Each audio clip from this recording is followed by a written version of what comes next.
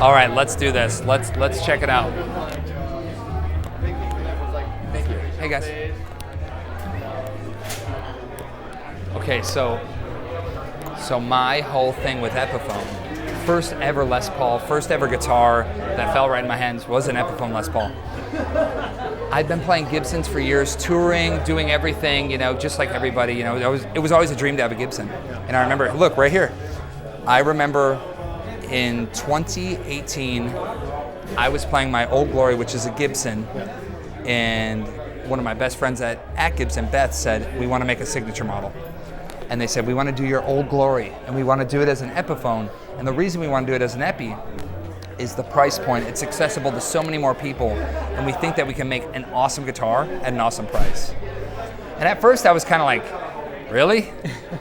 Not in a mean way, but it was just like, I didn't know. So they said, let us make you a prototype, we'll send it to you, see what you think. They sent me a prototype of this guitar, straight from the factory, and literally, I fell in love. There was nothing about it I wanted to change. The sound, the feel, all of it was right there. And I still play that guitar to this day.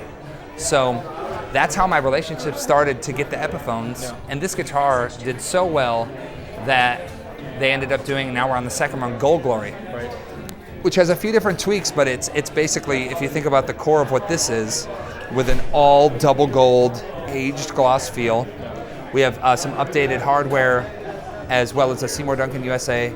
And I'm so proud of it, man. And the gold all around is really sharp. Yeah, and I'm a huge fan of the classics. Like, I have Old Red, 1953, 1956 Les Pauls, different things like that, but like, I love to honor the tradition and the legacy of what it is, but also do something different. Yeah, absolutely. So it's cool. Well, and I was really inspired to hear today when you were talking about all the young players, and how you see yourself in all the young players, and with the wave of new young players coming in, I think what a cool thing to have an Epiphone model that anybody can afford, who, you know, is coming up. I think it's and cool. Good for you, man. I think it's a great move, and the guitar was fantastic. We got our hands on that one. Cheers, man.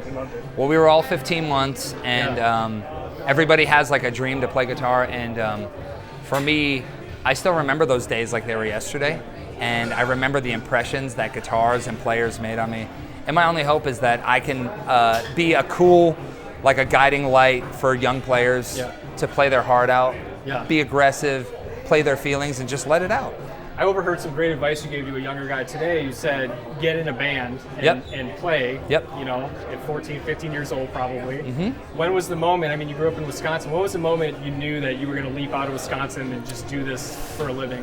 When I graduated high school, you know, I'd already been playing, like doing like open jams, I'd had bands, you know, all these different projects, but I realized when I was about 18 years old that it's the simple thing in life that no one's going to do it for you.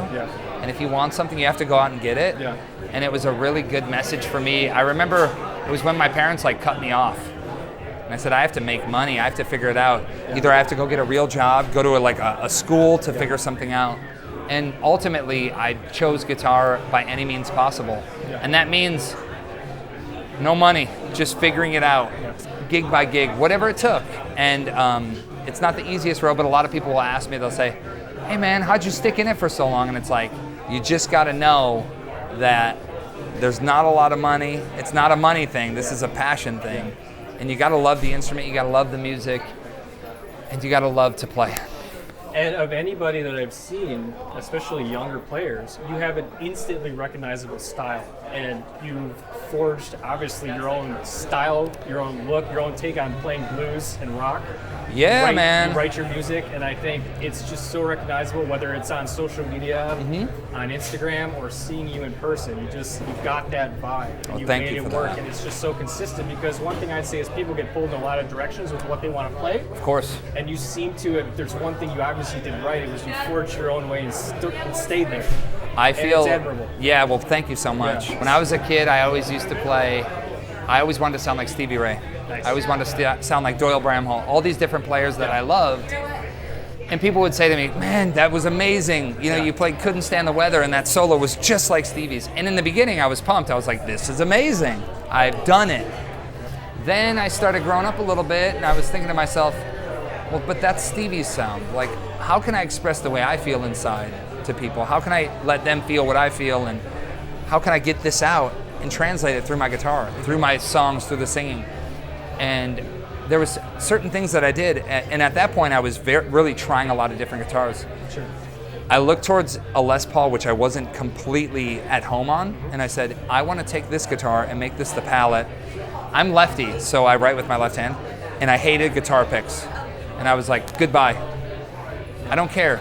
People told me, man, you're not going to be able to play good, you know, like this is going to be a career suicide. I don't care. I want to play without a pick. I just want to feel the strings under my fingers and play the way I want to play. So I took a solid about, I would say, 7 years, you know, playing, not practicing, but just playing, you know, 10 hours a day, finding tones, finding the way I wanted it to sound, the way I wanted it to feel. And I just translated it through the guitar. And it's a true testament. Anyone, no matter how they play, the thing I always try and say to players is your uniqueness will shine, and always try and do your own thing about it, because that's what I did. And now people are like, you're the no pick guy. And it's like, that was never like a marketing thing. It was just like, that's how I like to play, you know? Yeah. So, but I'm honored, man, and I'm just so glad I stuck it out. Yeah. And I hung tough. And were you always about writing? Were you always writing songs even when you were younger? I started writing more when like I was about 18. I was like, man, I want to be in bands and I want to like have material. I don't just want to be a cover guy. Yeah. Because there's this thing like you can get stuck in cover land. Sure. And then like you're just a covered band. Yeah. So I was like really conscious about writing songs, but yet again, blues rock, a lot of people say like, oh man, the genre, it's all been done. To me, the reality is it's like, there's so much more to say, it's just how you put your spin on it. So I was conscious of the fact that I was like, I want to play this music that I love, but I want to do it in my own way. Yeah. So that's when I started writing, digging in. I think there is the absolutely amazing combination of being a killer guitar player, but what's so often lacking is the songwriting and the singing. Mm-hmm. So you bring those three things together, and you're kind of unstoppable as it shows. And, I'll tell you what. Anyone that's watching this, that's coming up or doing what they're doing, never think that it's only about the soloing or it's only about, you know, playing lead. There's so much to say. Music is a language, so you have to learn all of it, and you have to understand how to say it all. And I remember like when I first started playing in a band, it was like, who's gonna sing? Yeah. I was like, I guess I will? Yeah. I don't know. All right, who's gonna write the songs? All right, you know what I mean? So like, it just is what it is, and anyone that's trying to do this, just grab the bull by the horns and just go for it. Just give it all you got and put every good intention you have into it. And the thing that I've noticed is the more you put in, the more you get out. Yeah. So. And you love the guitar and you love music, and that's it, man. That's the center of it. And that's the whole thing. And like even like 2019, I was on the road like 308 days straight, right? I remember I got home, woke up, looked at the guitar, and I was like, God, I love it. Picked it up and played. Like there's something naturally with all of us. We just love it. And regardless of what brand you play, what style, when you love something, your intentions are pure. Sure. And we all love the instrument. Sure. And you're getting back out on the road. Yes. With John 5. Just booked a tour, August through September with John 5 in North America. This is all fresh. I feel like I'm chipper, man. I'm excited to go play some real shows. So cool. Yeah. And John hit me up about it, and he said, hey man, I'm doing this tour. Do you want to do it? Without hesitation, of course. So it's awesome. Was there anything totally different that you tried over quarantine with the fact that you were kind of off? Started working out. I love that now, and I'm such an active person. Like before that, I was always running around. You know, it's like, oh, we're going here, we're going there, and it's like I was a gig after gig. What are we doing next? And then all of a sudden, I found myself at home. So man, I just started like pumping up, and that's been good. But otherwise, man, I've tried to like grow on the instrument and musically, and it's not all about music, but like I tried to force myself to try different things and try and, you know, just grow in all ways. Yeah. But I wrote my record during quarantine. I recorded it. All of these things that like I know that if I were on the road, my head would have been somewhere else. Yeah. So I'm thankful I had that time to do that. Fantastic. Cheers, You're from brother. Wisconsin. What's your favorite beer? Are you a beer Coors drinker? Light. No, I'm just kidding. Man, I love all different types of beer. To be honest, like growing up in Wisconsin, we had like Leinenkugels, Spotted Cow, right? You know, New Glarus, of course, dude. I was always a big summer shandy guy, but then also like Shit, man, I like 805 Brewing, right? Stone IPAs. And then, of course, I like the cheap beer. I'm nothing fancy. When we're on tour rider, bottle of Jack, 30 rack of Coors Light, case of water, 4 hamburgers. That's all I want. Nice. That's it. That's how it's done, man. That's how it's done. Keeps me lean and mean. No, I'm just kidding. Do you have any favorite guitars that you spotted here? Dude, let's take a walk. All right, let's do that. Okay, I'll so follow you. Epiphone world, sick. This is awesome. Yeah. This is like a kid's dreamland. Yeah. All right, let's keep walking. Let's go. We'll follow you, my friend. Let's see. Well, dude, to be honest, all of this stuff that's in the custom shop room is sick. Oh, yeah. And we just bumped into Tom Murphy in there. He Oh, might did still you? be in there, yeah. Dude, it looks. Oh, there's some people in there. Let's see what's going on. Did you Yeah, have something? let's walk through there. I noticed that double cut, that Les Paul Jr. I like. Oh, I'm sorry, brother. No, you good, bro. What's up, fellas? Yeah, so come on now. I like the old shit, but this is cool. And a lot of people, you know, they would say, oh, what is this? Is it just the way it looks? No, these feel awesome. There's a vibe, there's a sound, there's a tone. I plugged a few of these in and I was like, my ears perked up. So this is sick. And also about the Gibson Garage, something that's super cool, man, is the fact that this room exists. You can pick a top. You can build your dream guitar here. You could pick one of these and have them build you a guitar, right? I mean, so here's like an insider. Like I was in here before it opened, you know. I'm just like looking around and I look at the wall and I was like a kid again. I was like, ooh, what would I pick? Oh, baby. And man, as a guitar player, I don't care what brand you play, whatever, that's beautiful. You know what I mean? You see that and you're like, your things start happening in your brain, you're like, yes. But all this stuff's awesome, man. They're really killing it, like the TV Junior, right? Yep. Of course, these Les Pauls look awesome. This one in particular, I really like this. You like this guy? Yeah, dude. 59, standard golden. I like this guy. Look, they're rocking the one. Oh, dude, yeah. P90. That's kind of up your alley a bit. This is cool because I played a few original like 59 and 60 factory blacks, which are super rare. But this is the thing, like, here's me being a salesman. If you don't want to go super vintage or find something so rare, you just want a guitar you can play for the rest of your life and kick ass and sound awesome and inspire you, here it is. And of course, it costs money, but it's an investment. And let me tell you, between my guitars, whether they're the Epiphones, the old ones, some Gibson custom stuff I have, it's not like these things, it's like, oh, it's so expensive and then it goes away. It's like, no, these are going to be your fucking lifelong friends, dude, you know? It's a great way to look at it. It's a great top. Yeah. It's just all flavors, man. It's like, what's your flavor? And Tom is just the coolest guy. Tom is a legend, dude. You get him talking, and he's just, man, is he passionate about what he does? And the company's firing on all cylinders, man. That was my observation a couple months when we came through for a tour. Yep. And you're jumping on, man. I know you've been working with Gibson and Epiphone for years. Yeah, now. years, about a decade, I'd say. But they're in good hands with you, man. This is a different time, though. Yeah. Like, there's things happening now that, like you said, they're firing on all cylinders. But also, man, it's just like I feel an energy. Yeah. It's undeniable, and that's exciting. Yeah. So, for me as a player, you know, like we share the same love of all this, and I'm as excited as you guys are about all this stuff. And everyone that's like, you know, watching you guys, or all of this is a creation that we're gonna enjoy for years to come. So like, dude, these Murphy aged, these are badass. That's a 60th anniversary. That's sick. Early 60. It's still got the 59 knobs, 59 Pro. I'm just being a dick. But no, for real, this stuff's awesome. And then it's like, I know you guys already covered all this, but like coming in here and picking all your hardware, I'd be easy. I'd only need a few little things, but you know, give me single pick. Dude, I would love to come in here one day and just, you know, build up a guitar. Yeah. I think it's like everyone's dream. Like, it's so cool. It's so cool. At this level, yeah, the pinnacle of Gibson. Yeah. You guys know these cases, Kelton cases? Those are cool. I own them, but I have no experience with them. I use these like exclusively, I guess I would say. I bought one. They're not cheap. Yeah.